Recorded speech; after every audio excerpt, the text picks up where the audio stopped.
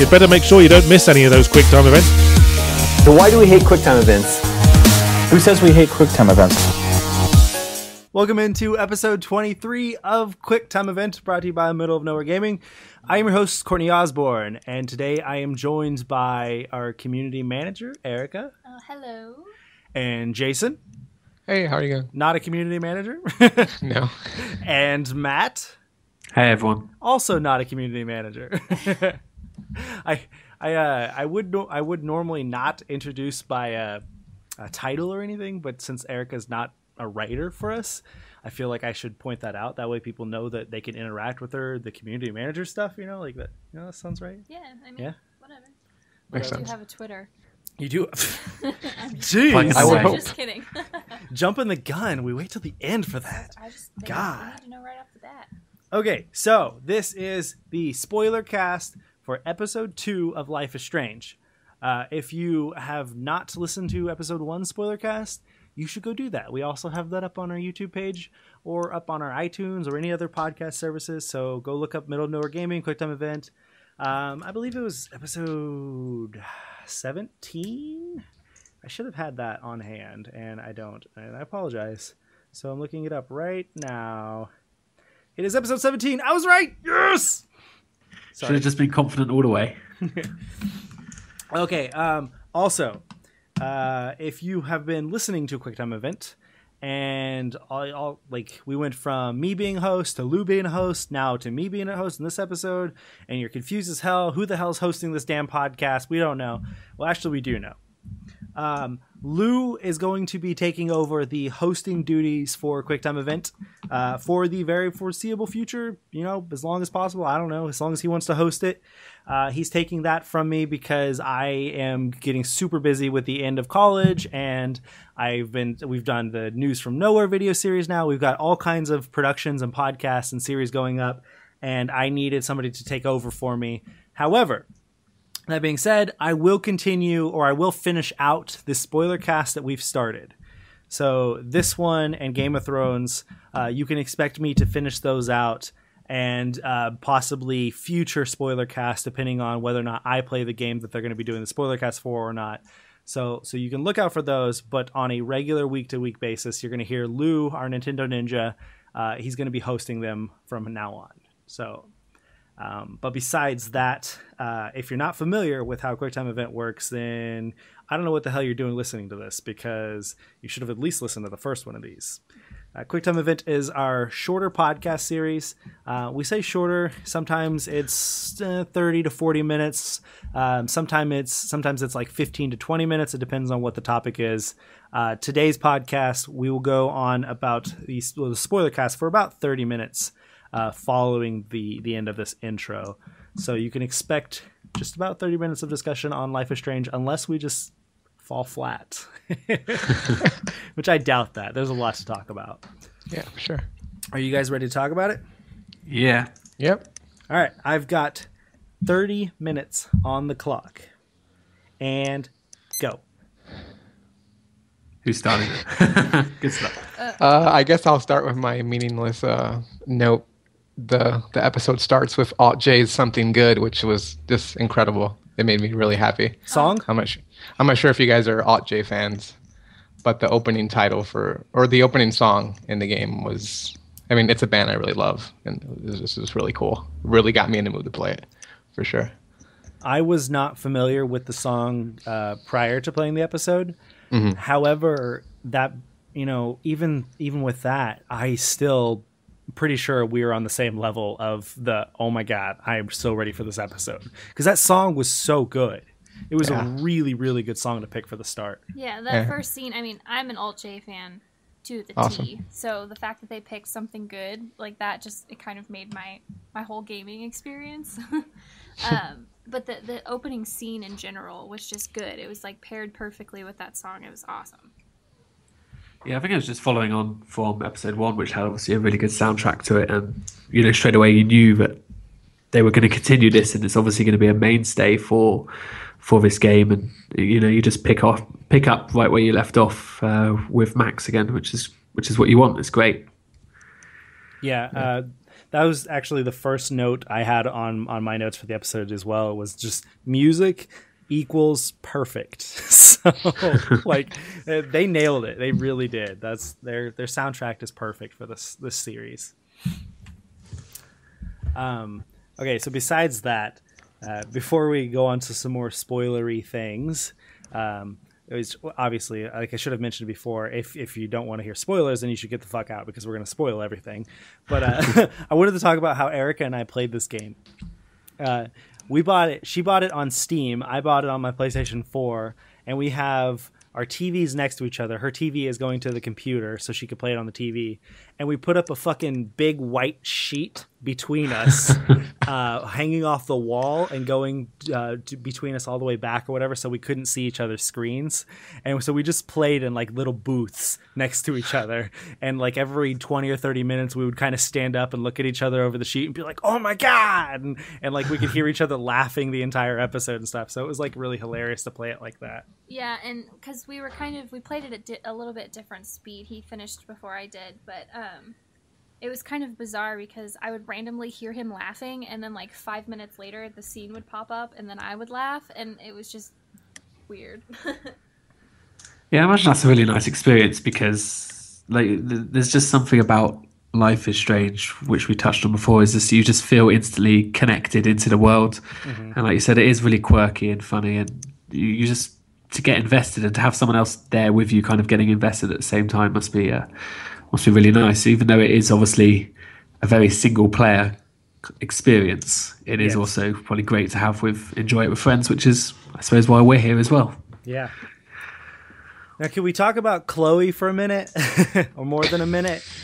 I want to talk about, I don't know how you guys feel, but I think that Chloe adds this, like, it's hard to explain, like this whole other, like a rainbow of personality to this story, because Max is like so reserved and so like quiet and everything. Like, of course she in her journal, she's a lot more outgoing than she is in real life, and she makes all these funny comments and smart ass remarks and stuff. But Chloe is the outward, representation of that attitude, and she's just constantly just making jokes, just saying random things, and just like she was the perfect addition, and she's what made episode 2, in my opinion, better than episode 1. The fact that she was herself, she was able to be a good friend with Max and just like joke about things and have a good time.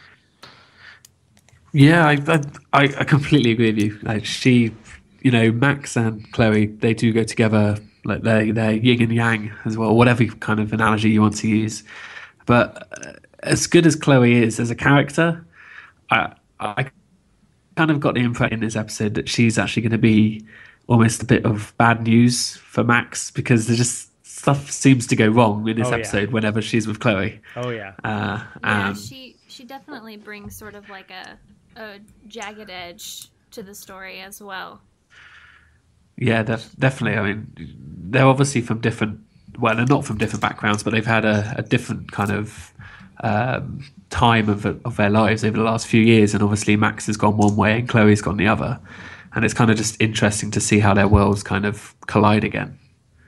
Yeah, I definitely agree. Like with what you guys are saying about their relationship and anything. I think that's pretty much the strong suit of the first episode, which had a little bit of it. I thought that was the best part of it. But this one, they just go all out with it. I actually got a lot of. I was reminded a lot of Left Behind, the DLC for Last of Us. Like, like there's just these great moments of them in the diner, and then there's also the great scene which I thought was going to be tedious, having to find 5 bottles later in the episode, but I still think it's just such a good moment between the characters. So there was just a lot of that reminded me of Left Behind for sure. Yeah, you touched on the diner. That was perfect. It's just the whole superhero talk, the sidekick talk, all of that, and like Chloe losing her shit whenever you guess like all 4 or 5 things correctly in a row or whatever. Like that was perfect. Like she just went fucking nuts. And it was fun to do, like mechanically. I was horrible at it. It was fun to do it. I actually thought it was really bad. intuitive because them allowing you to skip ahead and stuff. Yeah. It made the process a lot easier. My problem with that specific puzzle was the fact that the text dialogues you could choose didn't actually say the entire thing.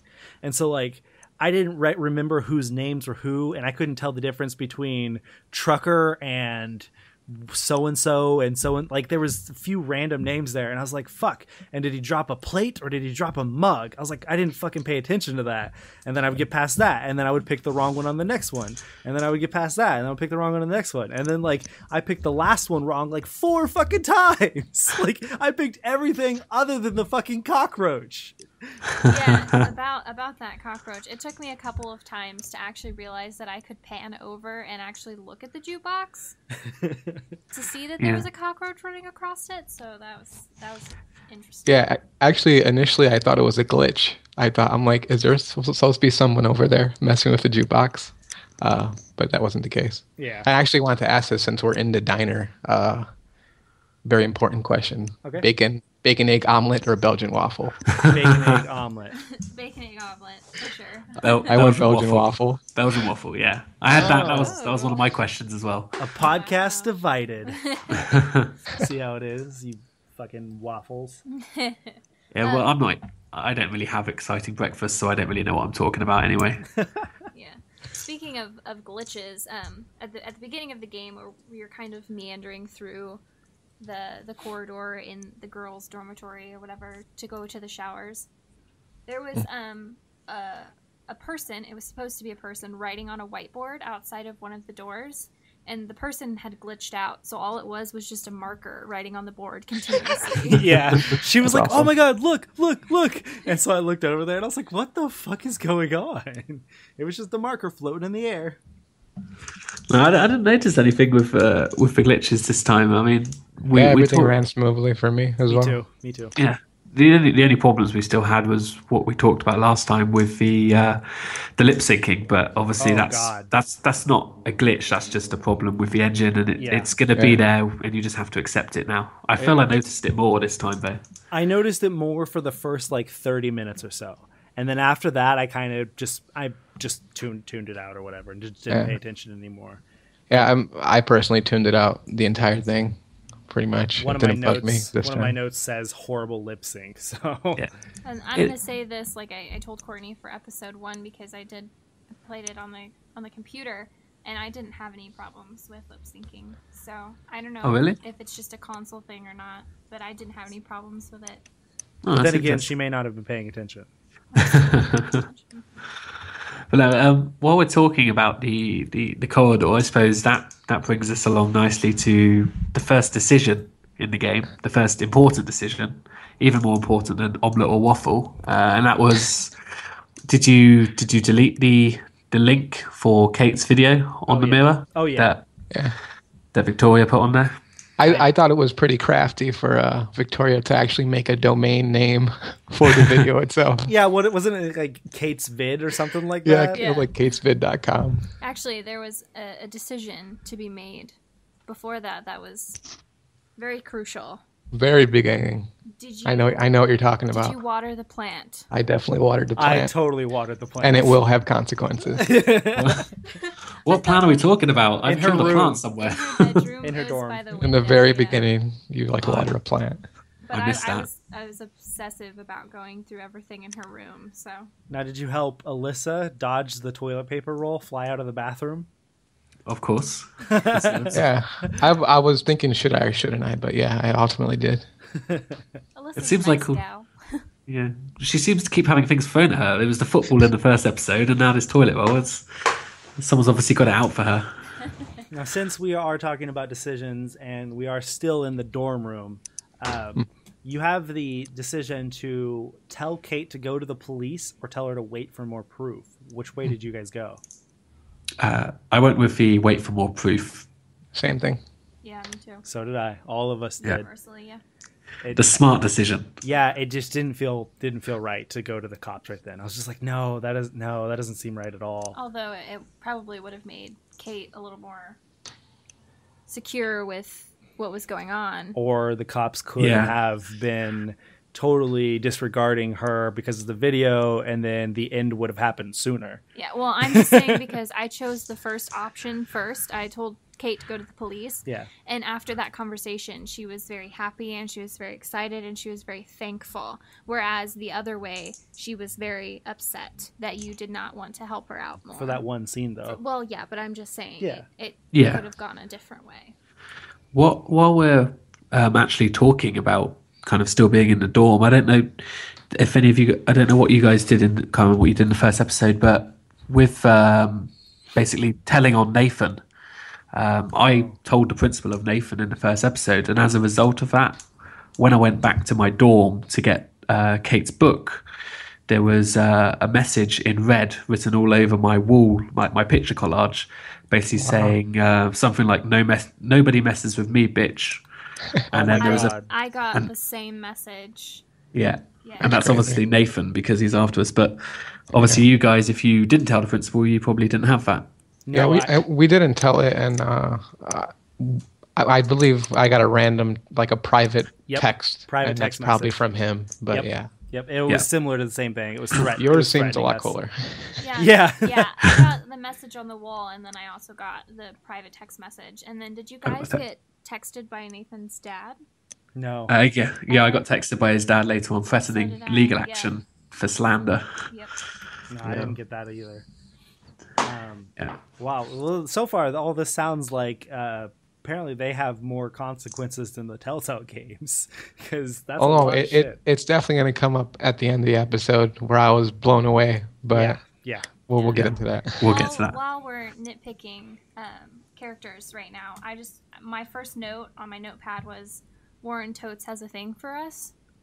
Who's Warren? Her best friend. Oh, duh. That was obvious from the very beginning. Well, yeah, but he seriously is stepping up his game in this episode. Oh, yeah. But he also has that nerdy chick after his nuts. Well, and Did you she's talk to all her? butthurt Brooke, about it. right? Yeah. Brooke? She's I think her name's Brooke, the girl in the science lab. Yeah, Brooke Scott. Yeah. We have definitely. Sorry, I was we just have going to say there's a definitely character going to thing be a lot. up in front of us with all of the names and the pictures. So that's how we're keeping track of them all. Yeah, I actually couldn't remember Warren's name. I called him Noah. I tried to for the look it first up, half but of I the couldn't. game, so. But yeah, he's definitely, obviously making you feel guilty at the start with the black eye that he obviously got from Nathan in the first episode. Yeah. Okay, so when you guys got to the diner, did you guys go in immediately or did you explore? I talked to the fisherman, and then I went in after that. Yeah, I talked to the fisherman too. I did too. Yeah. And then did you go behind the motorhome or whatever? The one with the drawing that you drew on in the parking lot in the first episode? I didn't see that one. I went down the alleyway and found an old homeless woman. Yeah, me too. I did none of that. I talked to the fisherman and was like, "Oh, this is enough weird for me today," and I went in the diner. Yeah. No, I explored everything before I went in there. Yeah, if you go around the motor pool or the motorhome, there's a dog and a creepy guy back there, and the dog barks at you, and she just immediately turns around and it's kind of like, nope, it's like not going that way. Yeah, and it's funny that you mentioned that because I went inside the diner and the first person I talked to was the cop, And he mentions him. He mentions him Yep. like, don't go over there, don't go to that guy. He's sketch. Yeah. Yeah, I actually did a lot less exploring this time around. Maybe because for time constraints purposes, but Yeah, I was gonna say you just played it. yeah, I just played it. I've been playing another game, and it's not going well right now. But yeah, I decided to explore less, and even I know in the first episode I mentioned moments where you feel like she's being really intrusive, especially when she's in Chloe's room, kind of rifling through her stuff. Yeah.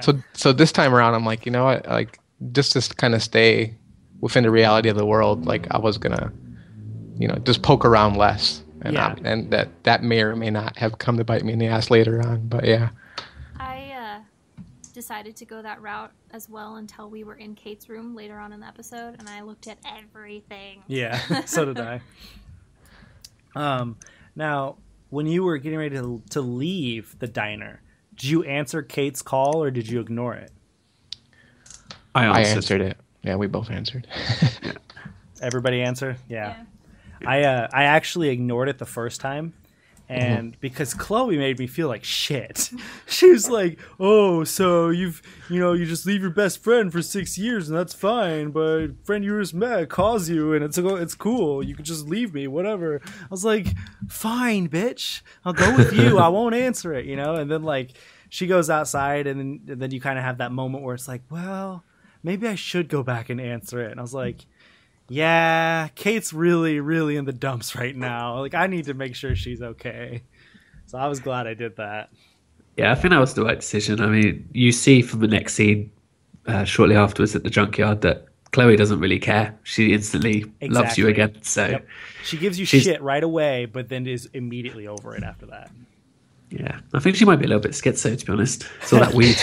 I agree with you. I think she's got some personality disorder kind of thing going on there. But since we're talking about the junkyard, can I just mention how we had to find this fucking bonfire? Oh my god. Okay, Jason, did you find? You said you found that this puzzle wasn't too hard for you. So, do you found all 5 bottles quickly? No, not necessarily, but like I kind of enjoyed exploring around. I thought it was going to be like super tedious, but no, I don't think I had the only one I had with the final battle that I got, which was on the boat. Oh, okay. I was having trouble finding the little slope to kind of get up there and then get the board or whatnot. But other than that, it was pretty simple. See, I found 4 bottles within mere minutes of each other. It was really quickly. I just follow each path. You see where each bottle is. You get them all. That last bottle took me damn 10, 11, 12 minutes to get. Like, I was just fucking lost. I was so pissed because it just kept saying, "Oh, I know there's a bonfire around here. Maybe it's there, a bonfire." So I walked everywhere looking for a huge ass bonfire pit or something, because in fucking Kansas, a bonfire is huge. A bonfire is a big ass fire. It's a bonfire for a reason. And so I eventually broke down and I asked Erica. I'm like, "Oh my god, I cannot find this." And she was like, "Oh, I actually just found it." And she was like, "Here, I'll take you to it." And so she showed me the way.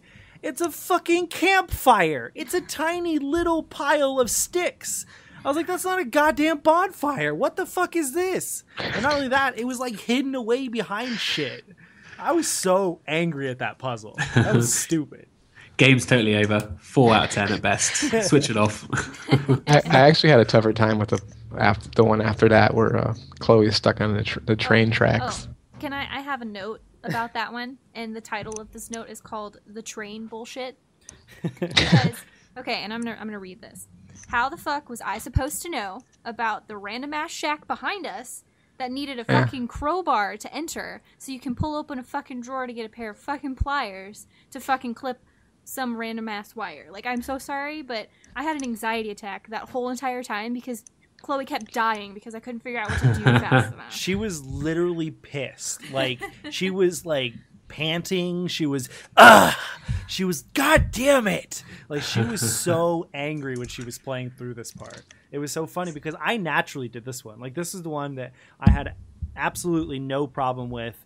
What I did was, like, every 10 to 15 seconds, I just rewound time. Like, I was taking no fucking chances. I just kept rewinding time, and I found everything pretty quickly. Yeah, I was actually pretty proud of myself. I was able to do it on the first go. And same thing that you were doing. I was like diligently rewinding it. I just had a problem finding that damn shack. Yeah.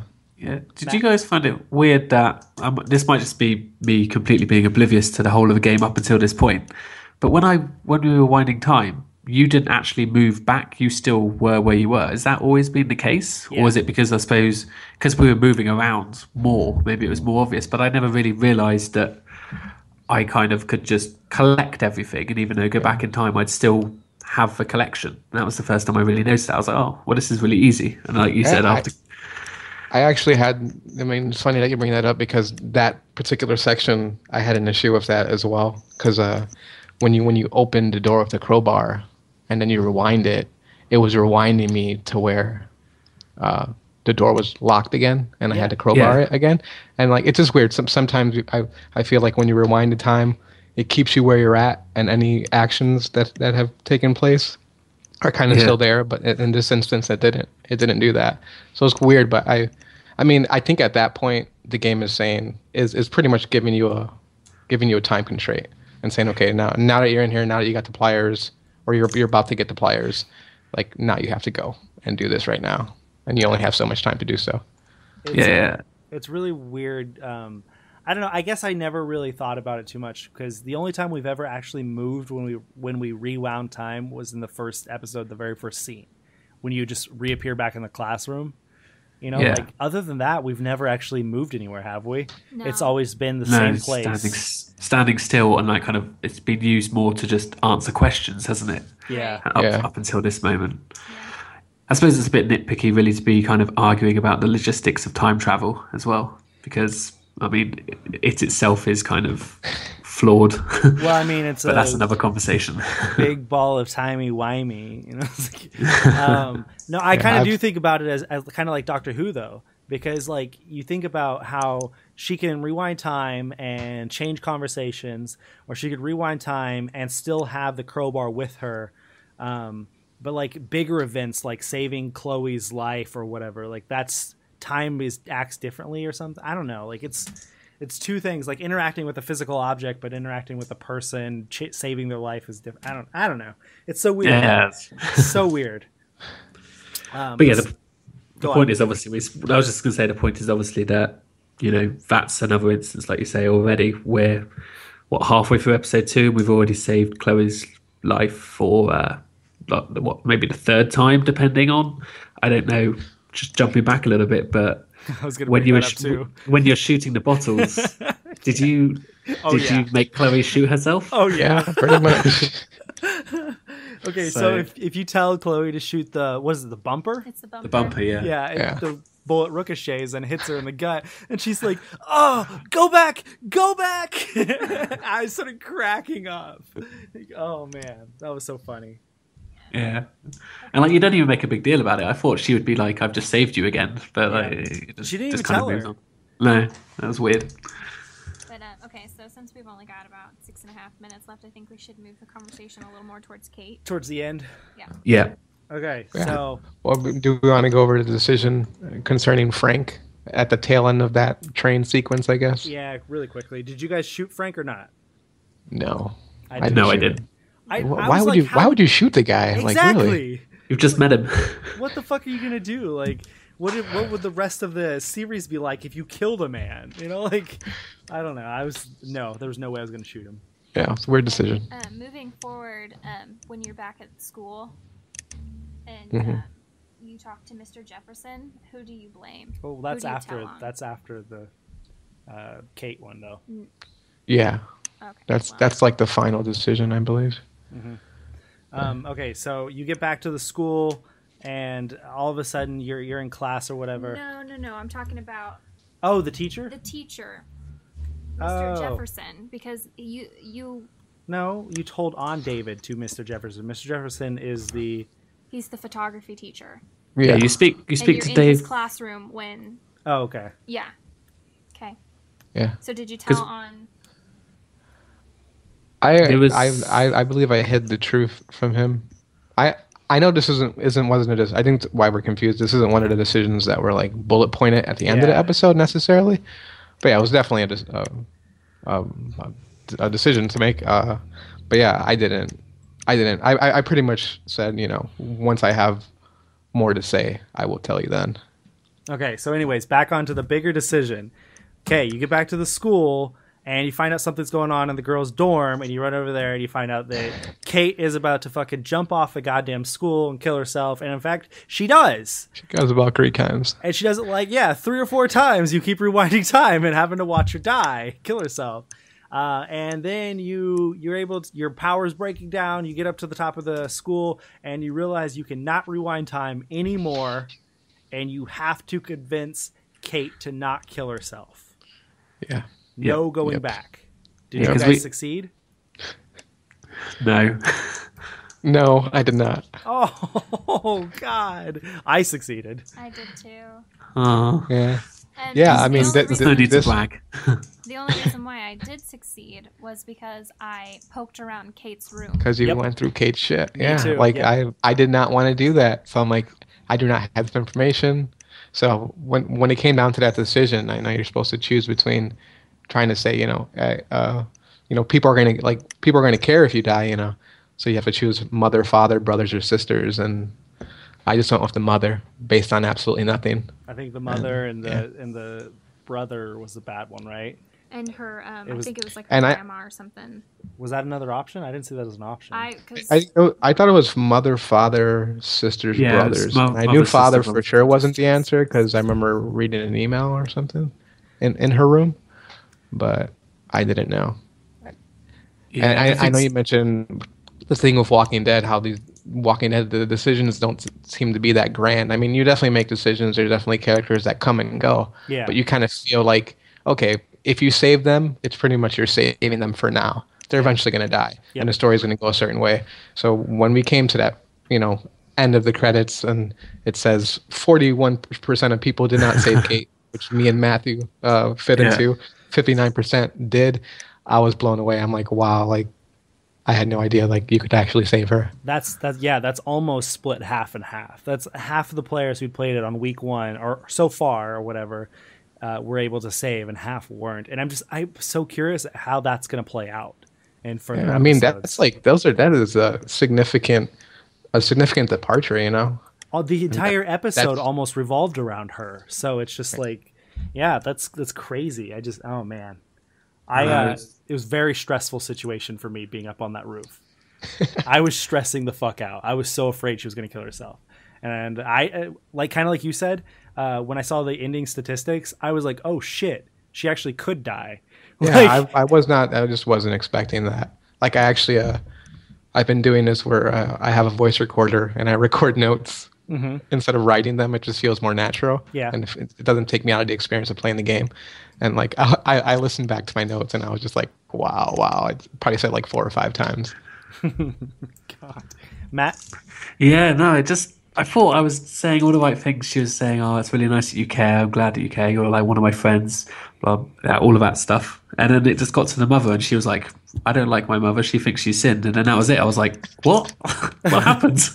And I was like, "Oh, it's obviously like Jason said, all of these decisions where it doesn't matter what you say, it happens." And then to see that the majority of the people have saved her, it made me feel a bit like shit, to be honest.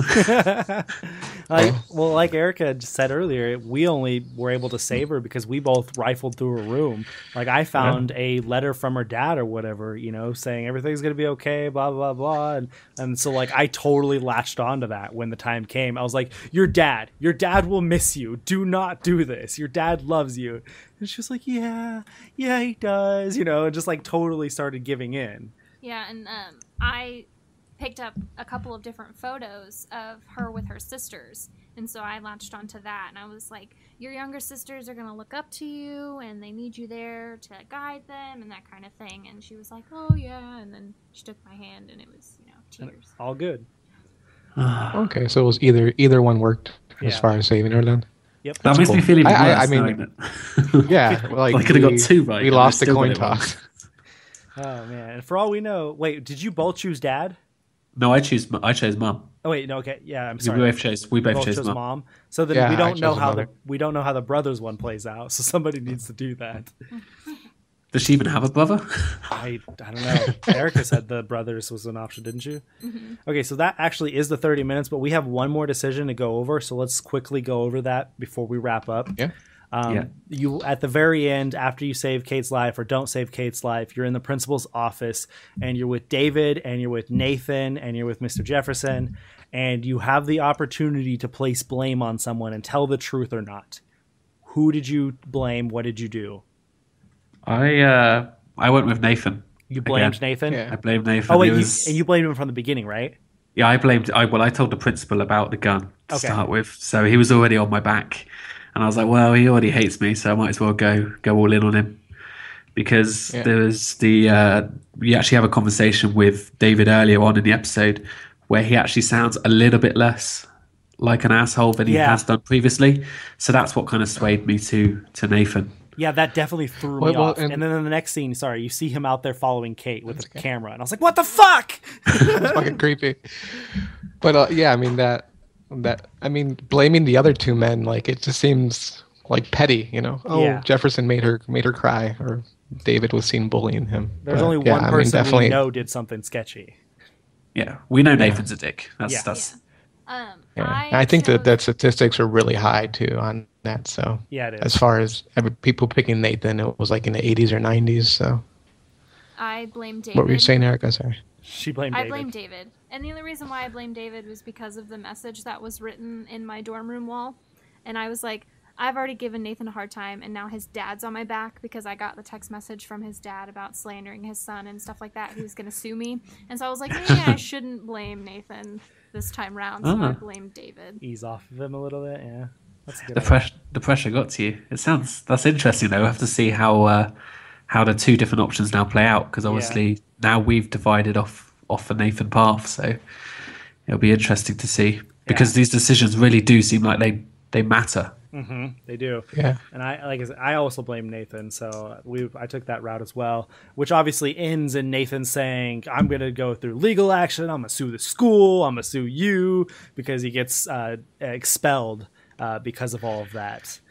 Or not expelled, suspended. He gets suspended. Yeah. And for some reason, because he gets fucking suspended, he's going to sue the goddamn school. Like, Like- what the fuck? Like, I bet In you what world? he doesn't even show up for class anyway. So why does it even matter? He's got to get all the bitches. Well, his dad can pay his way. So, I fucking hate Nathan. He's a terrible person. Okay, so That should be the name of this episode. Get all the bitches. Get all the bitches.